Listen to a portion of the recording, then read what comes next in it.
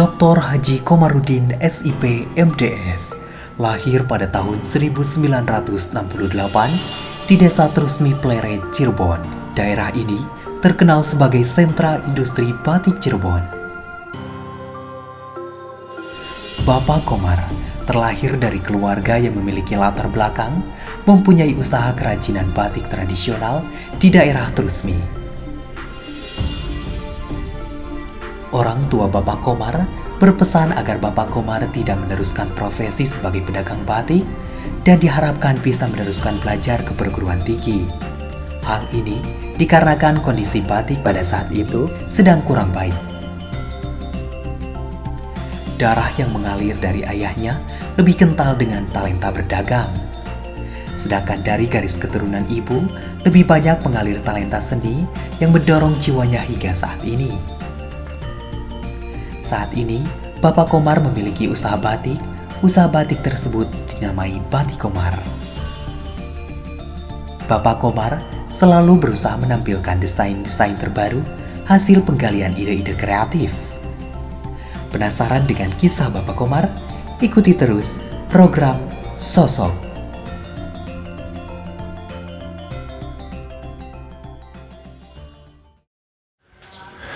Assalamualaikum warahmatullahi wabarakatuh. Ketemu lagi dengan kami di program Sosok Inspiratif. Hari ini kita mencoba untuk menelisik lebih jauh terkait dengan batik Komar yang sudah terkenal sejak dulu dan pemiliknya ternyata adalah dosen. Ayo kita mulai ngobrol dengan beliau.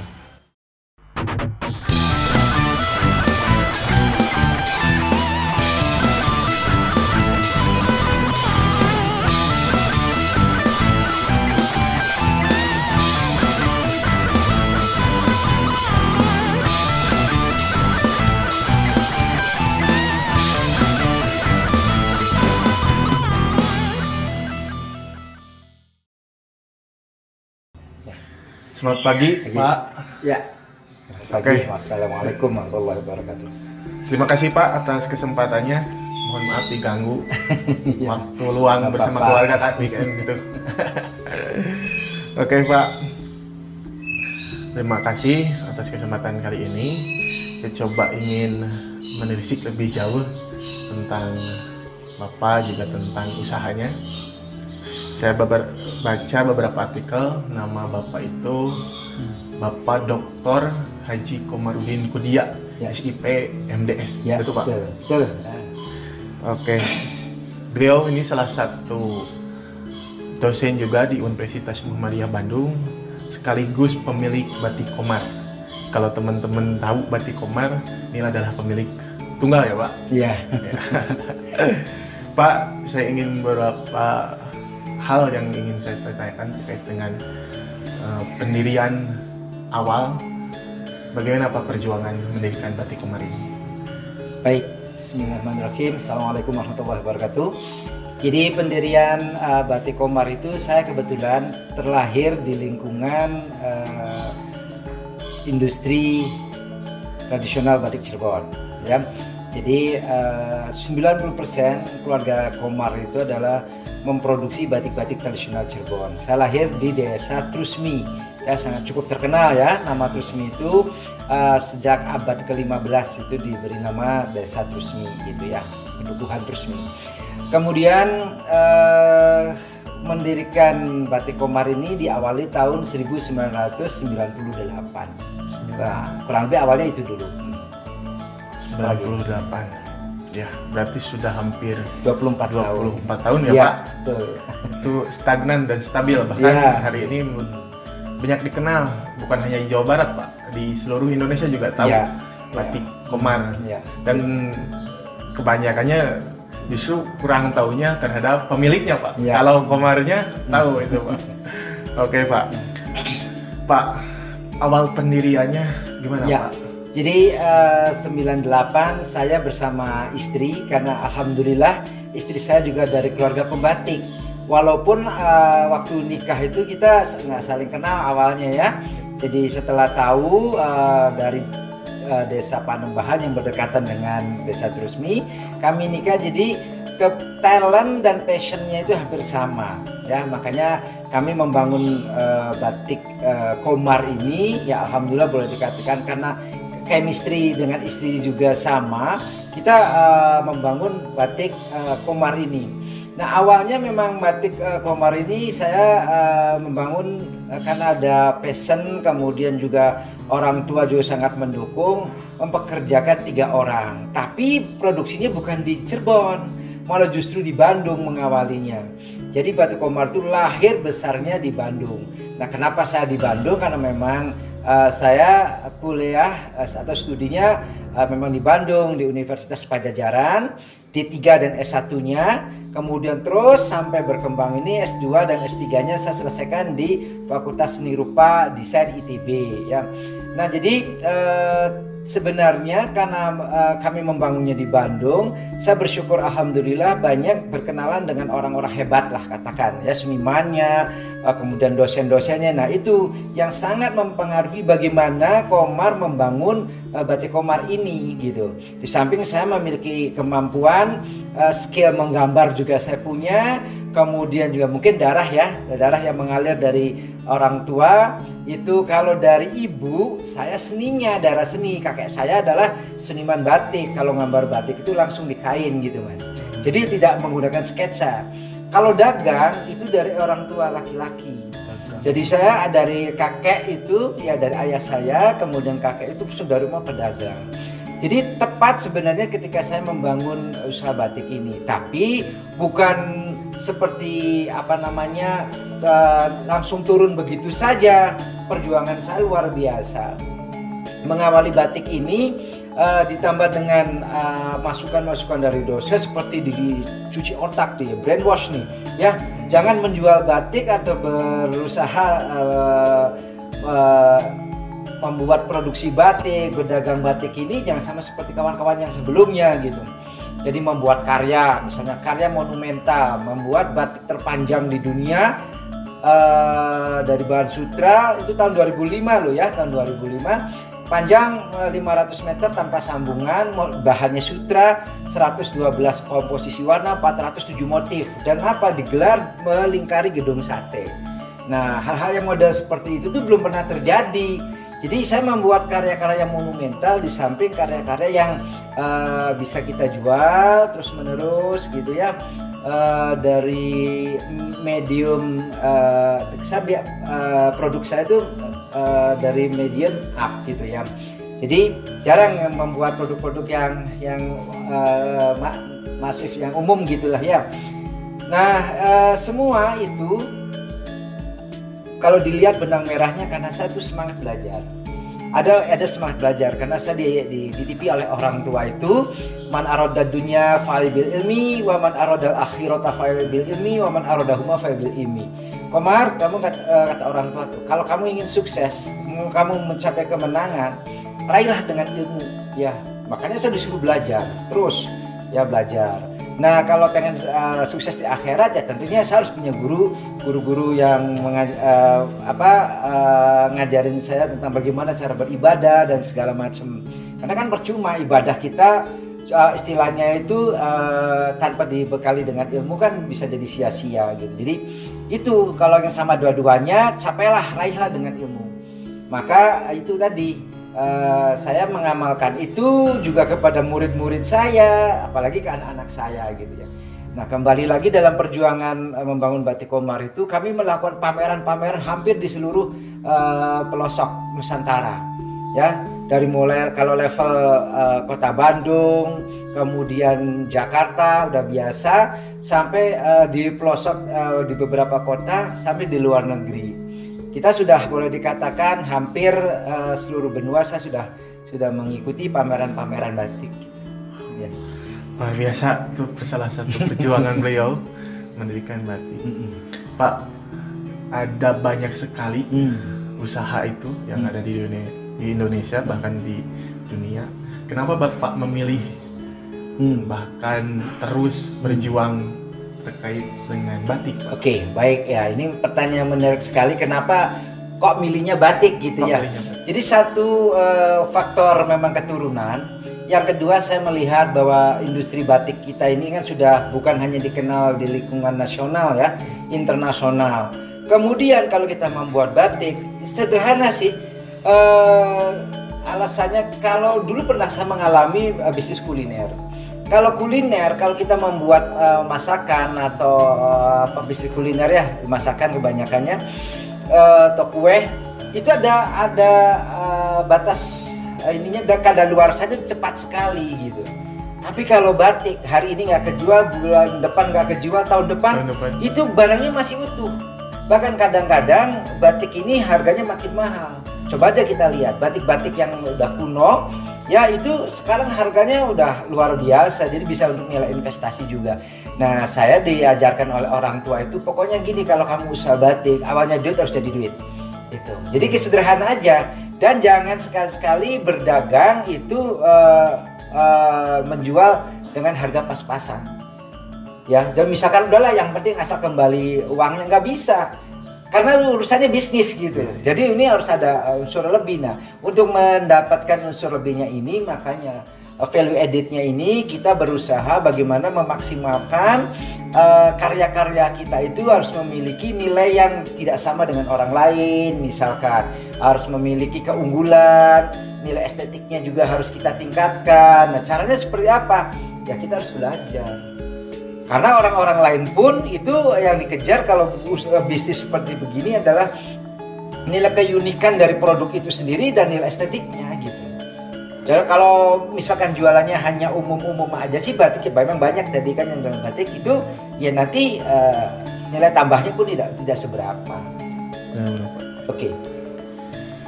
Oke Pak, tadi saya mendengar Bapak mendirikan itu dengan istri ya, dan juga 3 karyawan. Ya. Hari ini sudah jumlah berapa karyawannya Pak? Dan beberapa cabang ada di Bandung. Ya. Kan ketika saya main ke Cirebon ada juga nih Batik Komar ya. Ya kalau ada ke Cirebon pasti ada, karena saya punya 5 workshop di Cirebon. Jadi kami membangun kemitraan dengan family, itu ada 5 workshop. Kemudian kalau ditanya berapa total karyawan, sebelum pandemi ini alhamdulillah saya punya 300 lebih tenaga kerja.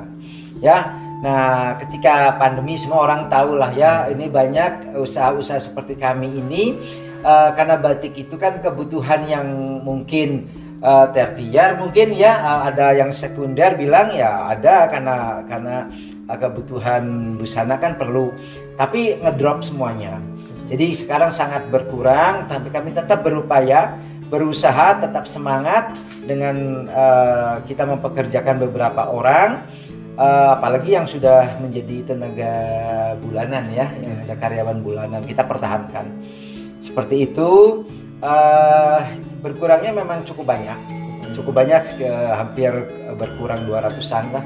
Jadi sekarang tinggal 100-an, tapi kami masih melakukan produksi ya, produksi.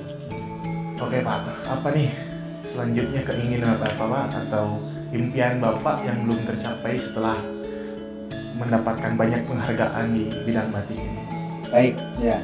Jadi selama saya masih diberikan kesehatan oleh Allah ya, impian-impian itu masih banyak sebenarnya. Walaupun capaian yang sekarang ini saya sudah dipercaya oleh teman-teman sebagai Ketua Umum Asosiasi Perajin dan Pengusaha Batik Indonesia. Ini kan adalah kalau di organisasi batik termasuk yang sudah cukup tinggi ya, karena skalanya nasional. Kepengurusannya juga seluruh Indonesia, anggotanya kita puluhan ribu gitu kan. Nah itu kemudian saya tetap walaupun punya usaha seperti ini, saya juga tetap ngajar, mengisi acara-acara webinar, Zoom, mabar batik. Jadi intinya asosiasi kami itu ini memberikan edukasi yang terus kepada generasi perajin-perajin muda gitu. Jadi saya berharap kawan-kawan juga semua kompak memberikan edukasi itu. Impian saya ke depan memang berharap punya seperti sekolah khusus untuk batik lah gitu lah. Itu yang belum bisa kami wujudkan. Tapi dengan cara seperti ini saya sebagai sebagai baik manusia kan bermanfaat ya, khairun nas anfa'uhum linnas. Saya berkarya batik ini juga itu berbagi ilmunya kepada kawan-kawan agar mereka juga bisa menikmati dari apa yang dikerjakan, ya kan? Mengerti yang tadinya ternyata pewarnaan itu ada jenisnya ini, desain itu seperti ini gitu, ada bahan batik yang baru seperti ini. Nah, itu kami selalu berikan kepada anggota kami. Jadi target yang insya Allah dicapai sih, kepengennya itu punya sekolah batik sendiri gitu ya. Tapi saat sekarang karena saya juga sambil ngajar di MBDG, kemudian di fakultas lain gitu kan, saya ilmu itu aja yang akan saya bagikan dulu untuk sementara. Oke Pak, kan pengusaha itu selalu berbanding lurus dengan menjadi calon atau sedang menduduki posisi menjadi politisi. Ya. Kenapa Bapak memilih menjadi dosen dibanding menjadi politisi? Ya, kalau dilihat dari studi saya, ya itu kan ada SIP, gelar SIP itu sarjana ilmu politik sebenarnya ya. Sebenarnya ilmu politik, dan benar itu sebenarnya pernah ada yang meminta organisasi politik yang cukup besar ya, meminta saya untuk menjadi kepengurusan atau apalah gitu ya. Saya nggak ngambil itu, nggak mau ya. Saya berkiprah di dunia batik, dan buat saya di dunia batik ini sudah nyaman ya, dan cukup. Apa sih tujuan hidup manusia itu kan?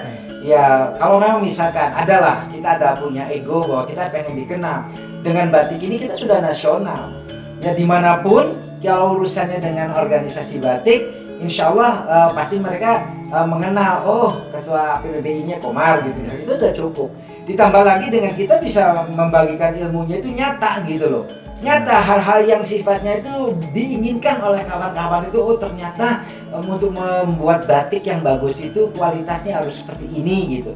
Jadi itu saya pikir buat saya sudah tercapai ya, harapan saya untuk berbagi ilmu, kemudian juga misalkan dikenal gitu kan, itu sudah cukup. Dikenal dan dikenang ya Pak? Iya, dikenal dan dikenang. Oke Pak, terakhir nih sebagai penutup, apa nih Pak pesan dan kesan sebagai dosen UM Bandung, juga sebagai pengusaha batik yang hari ini dikenal seluruh Indonesia? Iya, jadi ya pertama saya bersyukur, alhamdulillah saya diterima sebagai salah satu dosen di UMBDG. Pak Rektor juga sudah pernah datang ke sini mengapresiasi karya-karya saya, kemudian juga melihat apa yang telah saya lakukan gitu kan, cukup banyak organisasi. Selain APBPI saya juga di APIGI, Asosiasi Penggiat dan Pakar Indikasi Geografis, saya juga ditunjuk sebagai ketua umumnya, jadi ini juga organisasi yang nasional juga gitu. Nah kemudian ya saya sangat berkesan sekali ya bergabung dengan MBDG, karena banyak teman-teman, dan di situ nilai-nilai ibadah pun bisa sejalan dengan apa yang saya lakukan gitu kan. Ditambah lagi ilmu saya jadi lebih bermanfaat gitu, karena ini pesan juga dari dosen saya, orang tua saya, Profesor Setiawan Sabana, agar ilmu yang saya dapatkan di bangku perkuliahan di ITB itu jangan sampai ya tidak diamalkan lah gitu. Nah kemudian ini adalah salah satu jalan ibadah saya yang melalui perguruan tinggi, dan saya ngajar untuk hal-hal yang saya kuasai gitu. Seperti itu sih. Pesannya? Oh iya, pesannya gini, khususnya untuk mungkin dosen-dosen muda barangkali, ya kalian bisa berkarya apapun dengan ilmu yang kalian miliki, yang penting harus bermanfaat. Kemudian untuk para mahasiswa saya, jelas tadi yang saya sampaikan itu bahwa untuk mencapai kesuksesan itu satu-satunya jalan harus ditempuh dengan ilmu. Ya silakan ilmunya ilmu tentang yang kalian minati gitu. Kalau di Kriya Tekstil banyak sekali ya. Kalau di Kriya Tekstil nanti akan menjadi di samping seperti pengusaha tekstil bisa, kemudian juga fashion designer atau juga content creator untuk bisnis tekstil juga bisa gitu. Tetap semangat, belajar yang gigih, dan amalkan ilmunya. Jadi itu insya Allah akan menjadi sukses. Oke. Terima kasih Pak atas kesempatan berbincang kali ini. Semoga selalu sehat Ya, amin. dan juga tetap sukses dengan usaha batiknya. Terima kasih Pak. Oke, terima kasih. Demikian bincang kali ini dengan salah seorang dosen dan juga pengusaha batik, Bapak Dr. Haji Komarudin Kudia, SIP MDS. Semoga menginspirasi untuk seluruh mahasiswa. Jangan lupa saksikan lagi nanti dengan sosok-sosok yang menginspirasi teman-teman di episode lainnya.